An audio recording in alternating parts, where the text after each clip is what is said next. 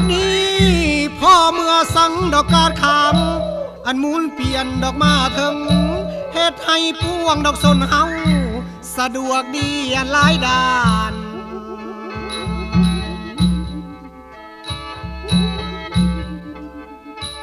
เดี๋ยวนี้อยู่ทางทำดอกการสร้าง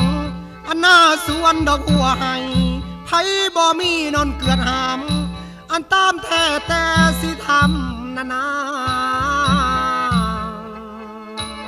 ฐานะ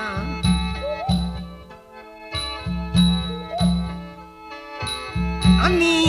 สูตรที่มันดอกเลิศลำเอกลาดดอกมามือเปรียบใส่กับดอกข้าวหลังโลดต่างกันดอกก้านฟ้า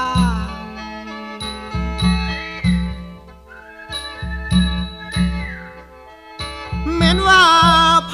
ก็มีดอกใบหนาอันสดใสดอกซอยซื่นพื้นแผ่นดินนั้นลันสร้าง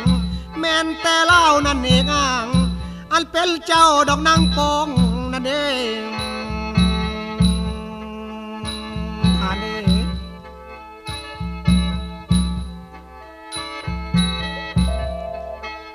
เดี๋ยวนี้ป้าสาสนดอกพี่น้องในพื้นแผ่นว่าดินลาวไผก็มีดอกสีเสียงอันแห่งต้นได้เป็นเจ้า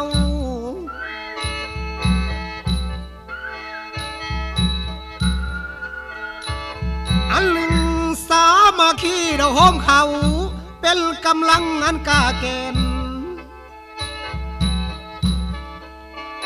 คำแพงสร้างภูมิแดนว่าแห่งนี้หักษาไว้คู่สุยามนานา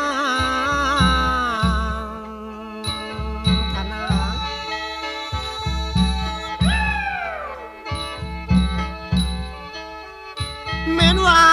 ในไลยะดอกพานขามสิก้าวใส่ความเจริญ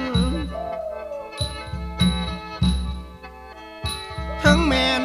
ทั้งสิมีอุปสรรคต้องผ่านไปให้มันได้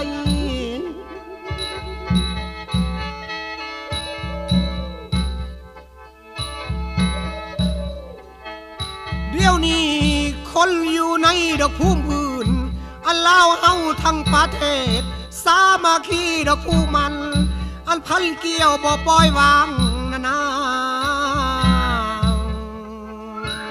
ฐานะ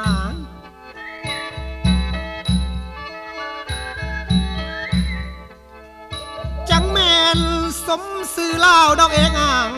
ประเทศถิ่นว่าดินดีความหังมีดอกสดสวยให้หักแพงดอกเวียนไว้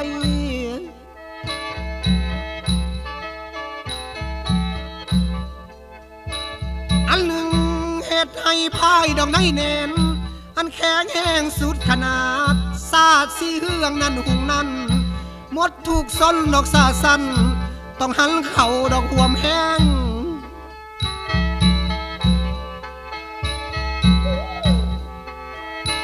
เดี๋ยวนี้มาพบความสว่างแจ้ง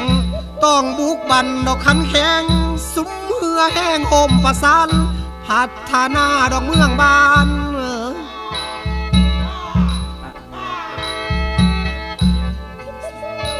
คือว่าการดอกคำสั่งอันหน้าสวนดอกหัวให้เลี้ยงหมูเป็ดดอกไก่เพิ่มอันเติมขึ้นใจลื่นลายนานา